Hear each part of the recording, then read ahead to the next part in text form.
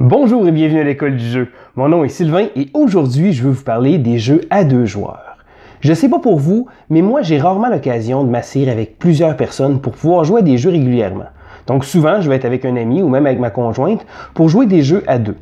Il y en a beaucoup qui offrent des variantes intéressantes. Il y a d'autres jeux qui se jouent à plusieurs joueurs mais qui sont excellents à deux. Mais aujourd'hui, je veux vous parler des jeux qui se jouent uniquement à deux joueurs. Donc une expérience concise et conçue pour cette configuration de joueurs-là.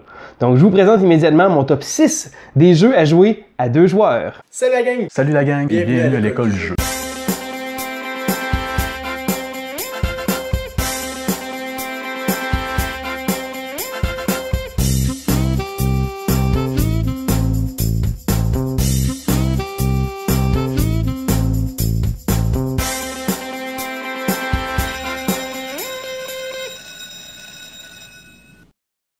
En sixième position, on retrouve le jeu Dice Masters. Bon, en fait, il est marqué Marvel Dice Masters, mais ils ont décidé d'en sortir une panoplie. Donc, si vous aimez les Tortues Ninja, l'univers de DC ou même l'univers de Yu-Gi-Oh! Ou encore de Donjons Dragons, Dice Masters a sorti une panoplie de jeux. Le seul inconvénient, c'est que c'est un jeu de type collectionneur. Donc, il va falloir acheter des paquets pour essayer d'avoir des cartes un peu plus rares et des choses comme ça. Quelque chose que Magic a fait dans le passé.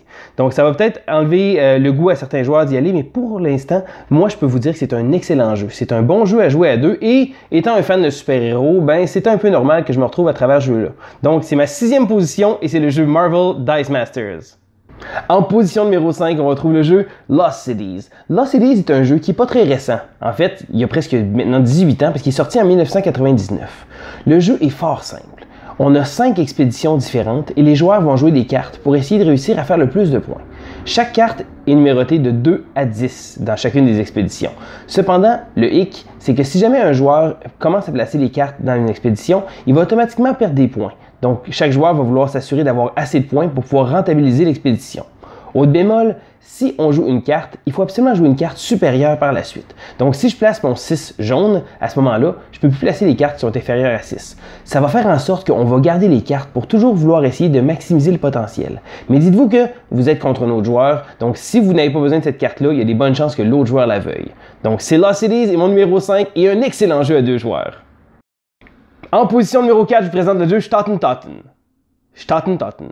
Je vais vous dire que j'ai beaucoup de plaisir à dire le nom Staten Totten. Donc, c'est un petit jeu qui se joue à deux joueurs, bien entendu, et qui ressemble un peu par son concept de Lost Cities. On va avoir 9 pierres au milieu, et chaque joueur va jouer, si on veut, des petites mains de poker. Donc, le but, c'est de remporter des pierres de pouvoir, d'en remporter 5. Pour ce faire, on va jouer des cartes qui sont numérotées de 1 à 9, en 6 couleurs différentes. Donc, le but, ça va être de réussir d'avoir une meilleure main de poker que l'autre joueur. Donc, si vous avez une suite de la même couleur, à ce moment-là, c'est plus fort. Ensuite, vous avez 3 pareils. Donc, le jeu a vraiment beaucoup de tension parce que quand on place nos cartes, il faut s'assurer qu'on ne réussira pas à se couper un autre bon jeu ailleurs. Mais il faut que vous l'essayiez pour voir. C'est un excellent jeu qui donne une super bonne tension à deux joueurs et je le recommande. En position numéro 3, je vous présente le jeu Onitama. Onitama est un jeu absolument magnifique. Regardez, il nous offre même un beau petit tapis de jeu. Je dirais que le jeu s'apparente un peu aux échecs parce qu'on va prendre des pions et le but est de manger le maître de l'autre joueur ou encore d'aller le placer sur son temple qui se trouve être la case de départ. Donc, le jeu utilise des mouvements différents pour chacune des pièces. Donc, au courant de la partie, on va jouer une carte de déplacement et les cartes vont faire une rotation de faire en sorte que chaque joueur va avoir les cartes de déplacement un après l'autre. Le jeu est vraiment bien ficelé et laissez-moi vous dire que c'est toute une expérience. Mis à part que j'ai tendance à perdre toujours à ce jeu-là, et laissez-moi vous dire que ma femme l'adore parce que justement, elle me bat toujours. Donc c'était Onitama, c'est ma position numéro 3 et un excellent jeu. En position numéro 2, je vous présente le jeu Patchwork. Donc Patchwork est un jeu où on va coudre une courte pointe. Quoi? Une courte pointe? Ben oui. Laissez-moi vous dire que le thème m'a surpris un peu au début parce que l'argent, c'est des boutons en plus. Mais le jeu est absolument fantastique. On va acheter des petites pièces comme ça, des polyminos qu'on appelle. Encore là, mon amour du jeu Tetris vient beaucoup jouer pour ça, parce que ces tuiles-là, on va les acheter pour essayer de les placer sur notre plateau de jeu et de faire en sorte de laisser le moins de trous possible. Le jeu est absolument génial. Il est simple à jouer, simple à expliquer, et il y a un petit côté un peu zen qui fait en sorte que les parties sont pas trop prenantes. Mais ça reste un jeu qui offre beaucoup de possibilités, et je vous le conseille, c'est Patchwork et mon numéro 2. Donc, avant d'y aller avec mon numéro 1, je me suis informé auprès des gars de l'école du jeu pour savoir quel était leur jeu favori à deux joueurs. Et là, JP m'a immédiatement dit « Quoi? T'as pas parlé de Seven Wonders Duel? Non, Non, parce que j'y ai pas joué. Mais par exemple, ça c'est la sélection de JP. Donc JP de l'école du jeu choisit le jeu Seven Wonders Duel. Il me dit que c'est un excellent jeu, il va falloir que je l'essaye bientôt parce que tout le monde n'en dit que du bien. Une nouvelle extension est sortie, Panthéon, qui fait en sorte de rajouter à l'expérience de jeu. Mais vous pouvez aller voir l'avis de JP parce qu'il a fait une super vidéo là-dessus et je vous invite à aller la voir. De son côté, j'ai demandé à Joe quel était son jeu favori à 2 joueurs. Eh bien, j'ai été surpris d'apprendre que la palme revenait à Staten Totten. Ok, il fallait que je plug Staten encore une fois parce que j'aime ça le dire. Donc Joe a choisi Staten parce que, en fait, j'y ai joué avec lui-même et c'est un super petit jeu qui est super simple à apprendre et qui est agréable à jouer. Donc c'était son choix. Et on revient avec mon numéro 1 à moi dans quelques instants.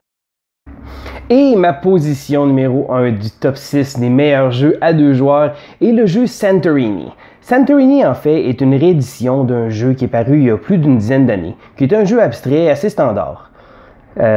Cependant, la compagnie Roxley Games, l'an dernier, a décidé de refaire le jeu et avec tout un design graphique. Parce que laissez-moi vous dire que le jeu est très bien produit. La production est absolument incroyable. Vous rendez-vous compte? On a des petites pièces en 3 dimensions et même un plateau de jeu surélevé qui est absolument pas nécessaire, mais qui vient tellement ajouter au visuel du jeu.